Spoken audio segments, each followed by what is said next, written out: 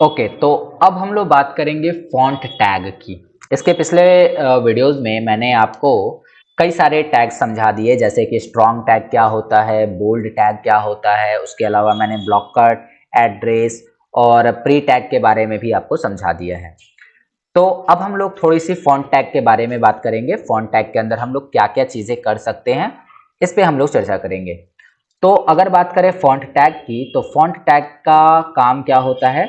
HTML provide the flexibility of changing the characteristic of the font size. Font मतलब जो भी font आप लिख रहे हैं अपने HTML डॉक्यूमेंट के अंदर, जो भी टेक्स्ट आप लिख रहे हैं उसमें आप परिवर्तन कर सकते हैं। ये आपको आज़ादी होती है HTML के द्वारा। जैसे आप उसके साइज को बदल सकते हैं, आप उसके कलर को बदल सकते हैं, डायरेक्शन ऑलवेज बदल सकते हैं, अलाइन करके आप राइट लेफ्ट सेंटर कर सकते हैं। Every browser has a default font setting. Her browser में अपना फॉन्ट सेटिंग डिफॉल्ट होता है। मतलब आपको ये सेट नहीं करना पड़ता कि जब आप चीज़ों को रन कराएं तो उसका फॉन्ट साइज क्या आएगा, वो बाय डिफॉल्ट जो होता है वो आ जाता है। लेकिन इसके अलावा भी आप चाहें तो अपनी फॉन्ट अपने हिसाब से उसकी साइज और कलर को चेंज कर सकते हैं। ठीक है, that govern the default font name, size and colour unless you have change it. इसके अलावा आप इसे बदल भी सकते हैं। The default is times new Roman. जो डिफॉल्ट फॉन्ट होता है वो होता है टाइम्स न्यू रोमन। साइज जो होता है वो 12 होता है और कलर हमेशा ब्लैक होता है। तो अभी आप अगर ब्राउजर के अंदर देखो तो जो भी चीजें हमने देखी वो सब टाइम्स न्यू रोमन फॉन्ट में लिखी हुई है। साइज इसका 12 है और कलर 12 ब्लैक है इसका। अगर आप चाहें तो इन चीजों को बदल सकते हैं। ठीक है, you can specify font name other than the default. मतलब डिफॉल्ट के अलावा आप चाहें तो उसको बदल सकते हैं, जैसे कि आप एरियल कर सकते हैं, कॉस्मिक सेंस कर सकते हैं, ये सब फॉन्ट के नाम है। इसके अलावा आप फॉन्ट का साइज भी बदल सकते हैं, फॉन्ट का कलर भी चेंज कर सकते हैं और उस सब के लिए आपको एक टैग की जरूरत होगी जिस टैग का नाम है फॉन्ट। ठीक है, अब फॉन्ट के अंदर अलग अलग एट्रीब्यूट्स होते हैं। ये एट्रीब्यूट कौन कौन से हैं? पहला है फेस। फेस के थ्रू आप लिखने का स्टाइल बदल सकते हैं। जैसे आपने लिखा font face is equal to Book Antiqua, तो ये जो फॉन्ट है वो फॉन्ट का नाम है। ये जो आप देख रहे हैं वो फॉन्ट का नाम है। इसका मतलब है कि इससे आपका जो लिखने का फॉन्ट का स्टाइल होगा वो चेंज हो जाएगा। तो अगर इस एग्जांपल को आप रन करते हो कहीं भी, तो आप क्या रिजल्ट पाएंगे? चलिए मैं दिखाता हूं। यहां से बस मैंने इतना कॉपी कर लिया, या फिर पूरा कर लेते हैं। पूरा आप अपने किसी भी डॉक्यूमेंट के अंदर यहां लिख दीजिए। यहाँ नीचे हम लिख देते हैं और लिखने के बाद हम इसे सेव करेंगे। देखो यहाँ पे हमने क्या लिखा, ये हमारा टेक्स्ट है, नॉर्मल टेक्स्ट, और इस टेक्स्ट के आगे हमने लिखा फॉन्ट फेस और जो भी फेस का नाम है वो, एंड देन फॉन्ट को बंद किया। अब इसको सेव करके जब हम ब्राउजर में चेक करेंगे तो हमें एक नया लाइन यहाँ पे नीचे देखने को मिल रहा है जो कि थोड़ा सा डिफरेंट लिखा हुआ है। चलिए एक और एग्जाम्पल देखते हैं। हम इसको यहाँ से हटाते हैं और हटाने के बाद में हम इसको क्या करते हैं कि कहीं ऊपर ये जो लिखा हुआ है like Microsoft word is a word processor, इसको थोड़ा सा हम चेंज करके देखते हैं। तो हमने इसके आगे लिखा फॉन्ट, ठीक है, और यहां लिख दिया face. Font face is equal to Arial. Font face हमने क्या लिख दिया? एरियल लिख दिया। और उसके बाद हम करेंगे इसको सेव। सेव करने के बाद हम इसको करेंगे, यहाँ पे आप देख सकते हो फॉन्ट फेस हमने एरियल कहाँ लिखा है, ये माइक्रोसॉफ्ट वर्ड 2010 के नीचे। तो यहाँ का हमने फॉन्ट चेंज किया है। जैसे ही हम इसको रिफ्रेश करेंगे आप देखेंगे कि इसके बाद का, ये माइक्रोसॉफ्ट वर्ड 2010 के बाद का फॉन्ट चेंज हो गया है, जबकि यहाँ पर फॉन्ट कुछ और ही दिख रहा है। ठीक है, तो फॉन्ट लिखने का स्टाइल यहाँ से चेंज किया जा सकता है।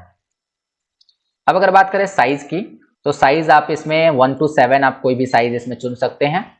तो अगर हम इसी एग्जांपल में जोड़ दें, जैसे यहाँ पर था फॉन्ट फेस एरियल के बाद हम यहाँ पर लिख दें साइज इज इक्वल टू 7, तो ये सबसे हाईएस्ट साइज होगा।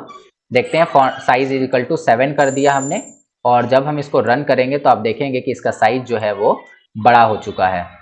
ठीक है, वही अगर हम साइज को 1 या 2 रखते हैं, 1 या 2 रखते हैं, तो इसकी जो साइजिंग होगी वो थोड़ी सी छोटी होगी बाकी की तुलना में। आप देख सकते हैं यहाँ पर साइज चेंज है।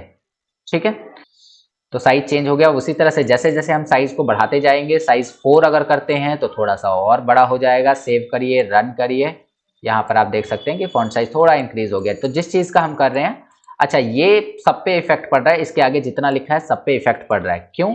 क्योंकि फॉन्ट को हमने कहीं भी बंद नहीं किया है। सपोज हम फॉन्ट को यहाँ पे बंद कर देते हैं, फॉन्ट को हमने यहाँ पे बंद कर दिया, तो इसका जो भी इफेक्ट होगा ना बस उतने ही दूर होगा, यहाँ नीड तक ही होगा। आप देख सकते हैं कि इसका जो भी इफेक्ट आया वो बस इतने ही दूर में आ रहा होगा। ठीक है, इसके बाद कलर है, तो कलर के लिए आप उसी में ऐड कर दीजिए जो हमने यहाँ पे यूज किया है अभी। यहाँ पर आप देख सकते हैं, मैं ये अलग लिख रहा हूँ यहाँ पे। तो साइज के बाद हम ऐड कर दे रहे हैं colour, COLOR, colour is equal to red हमने कर दिया सिंपली। और सेव करके जब हम इसको रन कराते हैं तो आप देखेंगे कि ये रेड कलर का हो चुका होगा। ठीक है, तो इस तरीके से हमने ये भी देख लिया। उसके बाद में आप यहाँ पे बैकग्राउंड भी सेट कर सकते हैं। क्या लिखा है? Setting the background colour. आप चाहें तो बैकग्राउंड कलर भी सेट कर सकते हैं बॉडी का। हालांकि ये जो फॉन्ट में था ये 3 एट्रीब्यूट हमने देखा। हमने देखा फेस, हमने देखा साइज और हमने देखा यहाँ पे कलर को। तो जैसे लिखा है आप ऐसे चेक कर सकते हैं, या फिर मैंने जो एग्जांपल यहाँ पे बताया है आप इस एग्जांपल को भी कर सकते हैं। तो यहाँ पर हमने फॉन्ट में ये तीनों चीज एक साथ लिख दी और लास्ट में हमने यहाँ पर देखिए कि फॉन्ट को बंद कर दिया है। तो जहां से जहां तक फॉन्ट खुला था, मतलब यहां से लेकर यहां तक इस पे इफेक्ट पड़ा होगा। ठीक है, अगर हम बात करें कि बैकग्राउंड कलर कैसे सेट किया जाए, तो बैकग्राउंड कलर जो होगा वो बॉडी में सेट होगा। तो इसके लिए हमें बॉडी में BG कलर लिखना पड़ेगा। तो चलिए बॉडी टैग के ऊपर चलते हैं। ये रहा हमारा बॉडी टैग। यहाँ पर हम लोग क्या लिखेंगे? स्पेस देकर लिखेंगे BGCOLOR विदाउट स्पेस दिए हुए, और इज इक्वल टू हमें जैसा कलर चाहिए, जैसे येलो तो येलो लिख दिया। सेव करेंगे। सेव करने के बाद हम क्रोम ब्राउजर में जाएंगे और जैसे ही हम यहाँ पर रन करेंगे, ये कुछ ब्लैक आ गया, वाई देख लेते हैं एक बार। ओके, देन येलो का स्पेलिंग YELLOW होना चाहिए था। तो यहाँ पर आप देख सकते हैं कि बैकग्राउंड कलर जो है वो येलो हो चुका है। ओके, तो उम्मीद करता हूँ कि आपको ये चीज़ें समझ में आ गई होंगी।